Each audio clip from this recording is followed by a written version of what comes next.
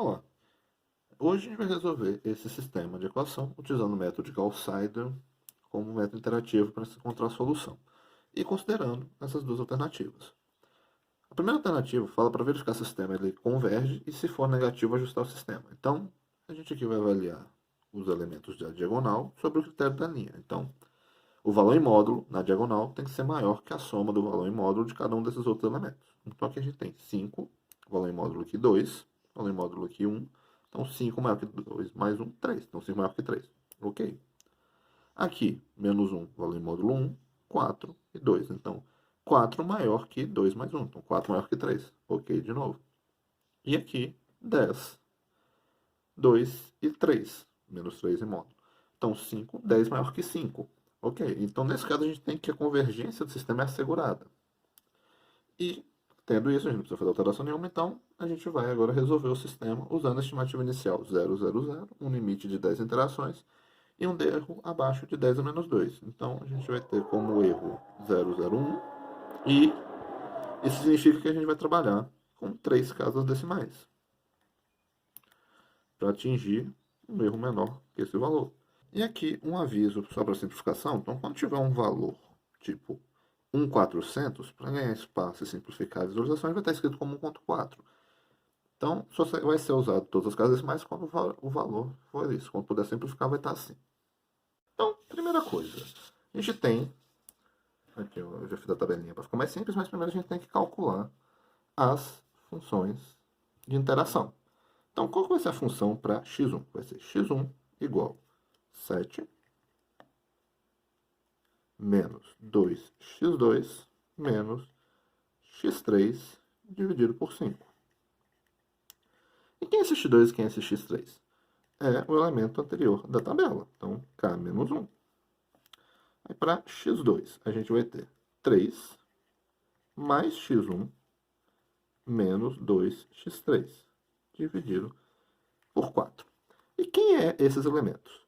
Para o x3, é o elemento anterior da tabela. Mas para o x1, pelo método Gauss-Seidel, a gente vai usar o que a gente já calculou, então, na interação atual. Então, é k. E x3 é igual a menos 1 menos 2x1 mais 3x2 dividido por 10. E quem é x1 e x2 nesse caso? Como a gente está calculando x3, os elementos atuais na interação da tabela. Então, a gente tem aqui as nossas equações. Vou utilizar melhor aqui. Então, a gente tem na iteração 0, estimativa inicial de 0, 0, 0. Não tem erro ainda. E a gente pode ir até 10 interações ou um erro abaixo de 0, 0, 1.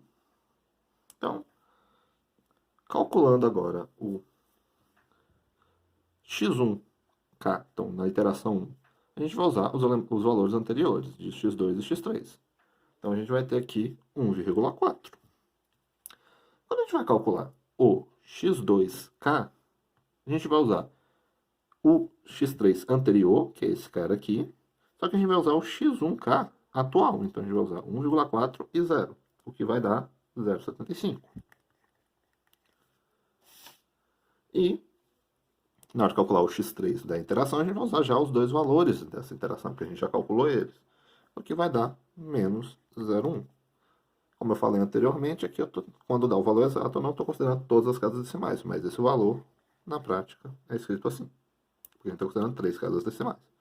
Então, para calcular o erro aqui, a gente vai calcular a diferença da iteração com o passo anterior e considerar a maior diferença em módulo. Então, vai ser 1,4 menos 0, 0,75 menos 0, menos 0,1 menos 0. Qual que é a maior diferença aqui? 1,4. 1,4 ainda é maior que o nosso erro.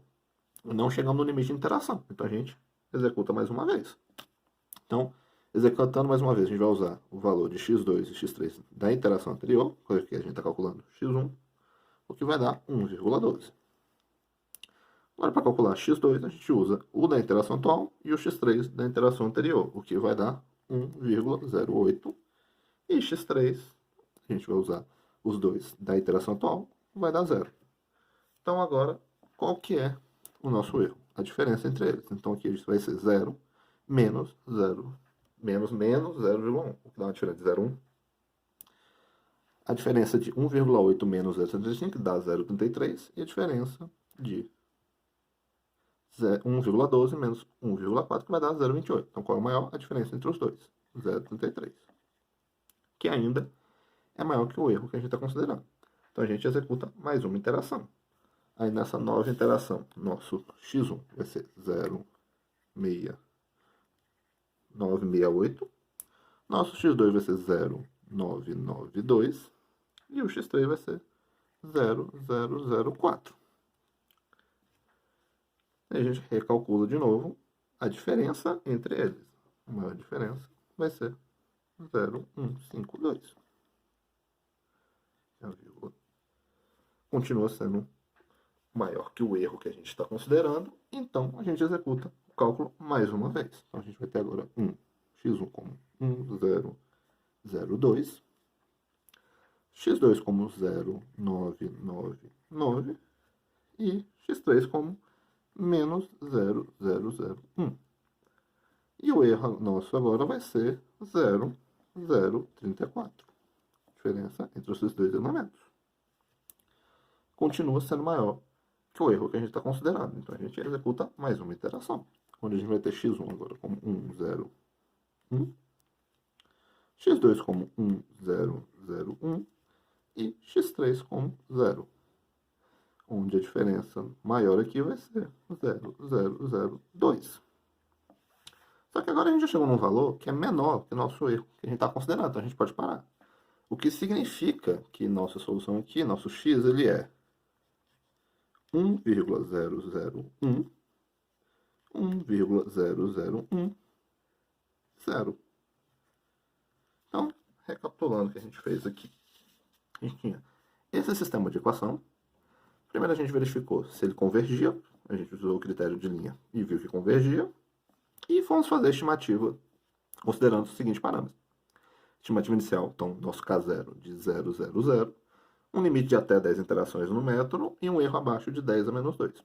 Sendo que um erro abaixo de 10 a menos 2 significa um erro abaixo de 0,01, o que significa usar 3 casas decimais nas contas. Depois disso, a gente construiu aqui as funções de interação, sendo que para cada x a gente, quando possível, utilizava já o valor calculado naquela interação. Então, para x1 a gente usou da interação anterior, para x2 a gente já usa x1 da interação atual, e para x3 a gente usa todos os elementos da interação atual. E fomos preenchendo a tabela até que a gente chegou nesse resultado 1,001, 1,001, 0, na quinta interação do método. Então, é isso.